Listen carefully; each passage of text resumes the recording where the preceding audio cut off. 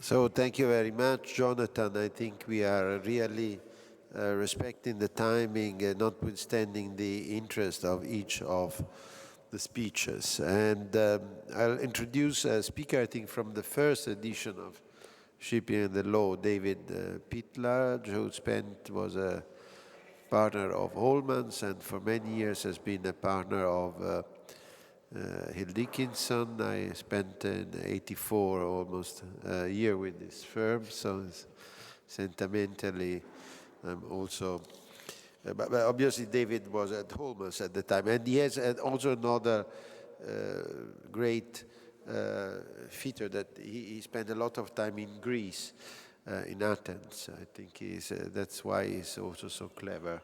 Every year I ask him to prepare a hot topic, and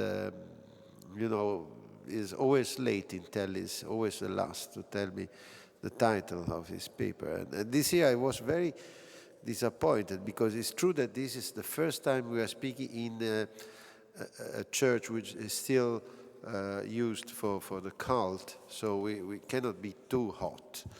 But,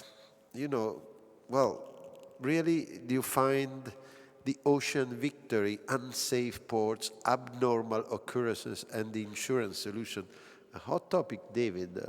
You have 8 minutes to explain this to me and to us. Thank you very much, Francesco. One of the highlights of this for me is always dealing with your little jests at the start of my presentation. I will answer that question briefly. You asked us earlier to speak about commercial aspects and as lawyers to be commercial. This case saw $135 million for a port which clearly had hazards, not awarded to the owners who had lost their ship and suffered other significant liabilities. Is there a PowerPoint? Sorry. Okay. And raises two important issues. I can't say it's hot.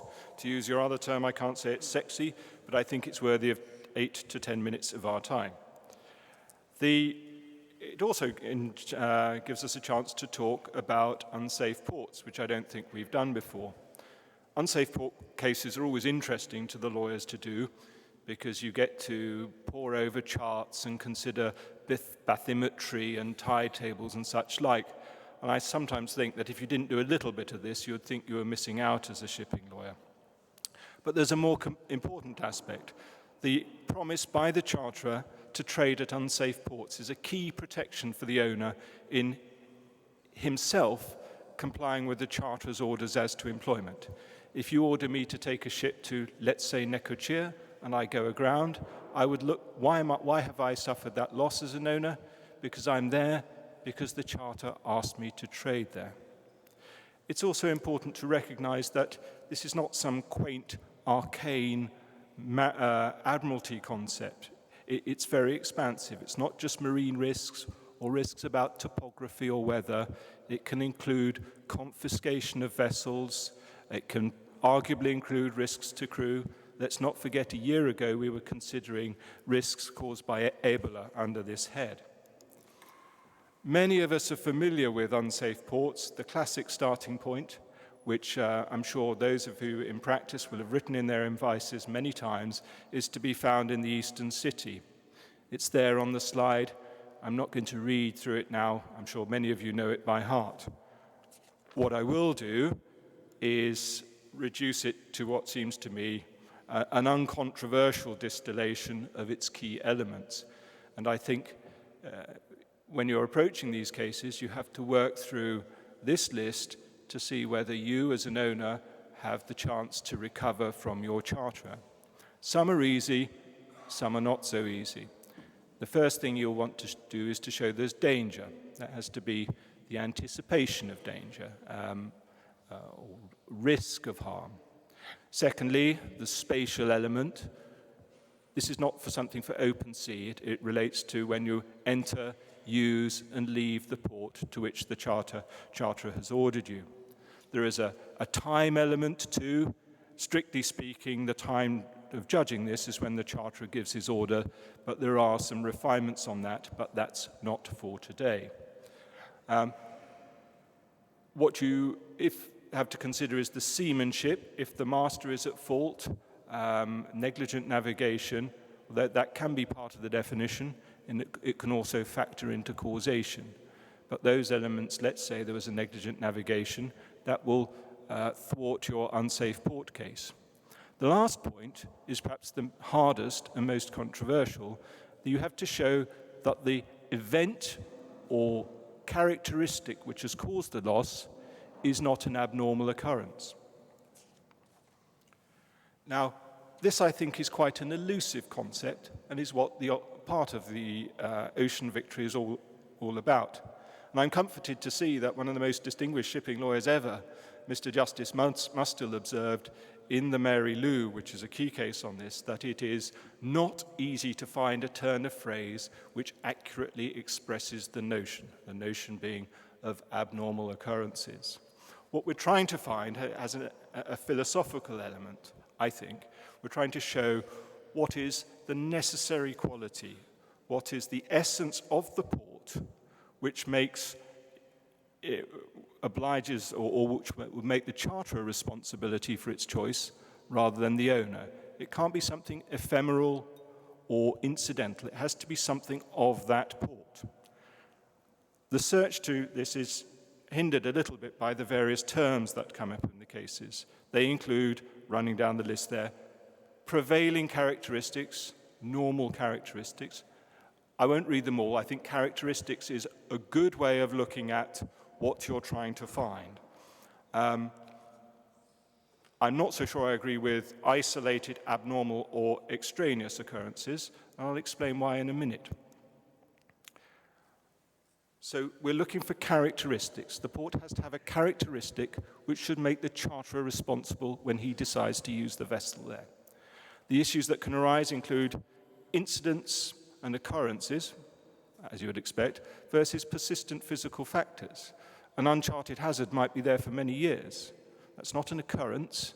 It might be rare, but it seems to me that is still part of a characteristic. Then we have other issues like changes of circumstances, the size of the port. Does that matter? I say not. Hamburg and Manchester have both been held to be unsafe. Foreseeability also creeps into the judgment, and that's a minefield, but I don't think we have time to deal with that in as much detail as we should. The last point is the combination of factors, and that takes us to the Ocean Victory. In a nutshell, because we are running out of time, the issues were a large port in Japan with a first-class safety record led to the loss of the Ocean Victory, a large Cape-size vessel. There were two characteristics, long waves and gale force winds. At first instance, the owners succeeded because they said both are characteristic, therefore the port is unsafe. But in the Court of Appeal, the court rejected this approach and said you have to look at a unitary question. Because the combination of the two was unlikely, the owners should fail. Very briefly, because I think it's important, there is also what I call the insurance solution, the recoverability issue. Put very quickly, the position is this, that at the head of the chartering chain was a demise charter on standard bareboat terms. That was then chartered out into two sub-charters on more common New York produce forms.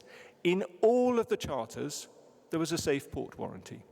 However, in line with standard bareboat terms, there was the insurance and repairs clause. The charterers had taken it upon themselves to insure, in the joint names of owners and charterers, for marine, war, and P&I risks. This, even if the port had been unsafe, would have thwarted their claims. And this, too, is why this case is important, because I find that surprising. When I read the case, I could see that the principle was, that the judgment was founded in principle. But it still seems surprising to me, and I'm sure it was surprising to the insurers, that having insured both owners and charterers, paid out and then looked, as one would, to a time chartering charterer to find that your claim was thwarted. Why? For two reasons. The authorities tell us that where the guilty party, the charterer in this case, has paid the insurance premium, it would be wrong for him effectively then to pay the insurance claim because he's paying out twice for something which he's insured.